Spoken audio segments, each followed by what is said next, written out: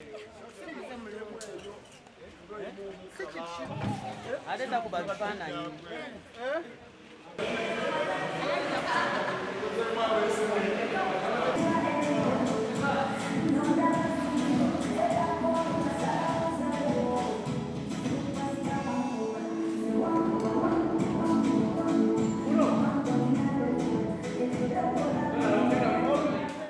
feel good.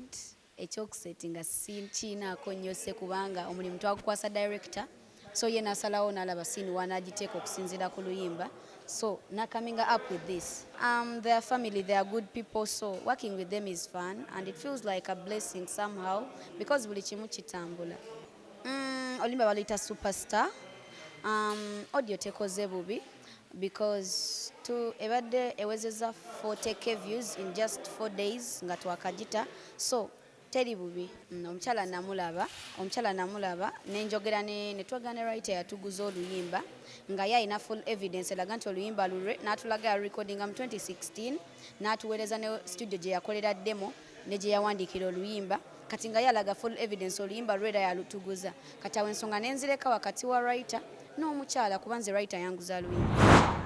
Entalo sinze nazitandika, of course muntu yajja n'ataakinga nze ate tewandabako nga nkomawo nga muddiza oba nga njogera ki, so entalo sina kyenzaagaza nze ng'omuntu. Kati management yagula luyimba ku writer bamuyita Ziggy, so ffe twayogera ne Ziggy ng'omukyala oyo amaze okuvaayo, Ziggy n'atuwa evidence nti oluyimba ye yaluwandiika na buli kimu n'atuwa records zonna eziraga nti oluyimba lwaffe, so awo ekintu ne tukiteeka wakati wa writer n'oli omukyala beesootinge kuba ffe writer yatuguza luyimba kubanza oluyimba balumpa nga luli mu ddoboozi lya musajja, era oyo Ziggy eyaluwandiika yalukolera demo n'alumpa mu ddoboozi ly'omusajja nendukwata nengenda ne voice. I'm so proud of me. If someone comes out and criticizes me because of me, sijja muwa matu ate sijja kiwabudde kuba me I'm proud of myself. I wouldn't like people judging me of things they do in the dark kuba nabo babikola mu nzikiza, so I don't know why they would come out to judge me because of something they also do in the darkness. Nze ne Sheebah yeye kitegeeza wagenda mu studio n'ayimba aba ayimbye nga ye, nange wengenda n'ennyimba mba nyimbye nga nze, sobola yimba kya Sheebah kuba sinze Sheebah.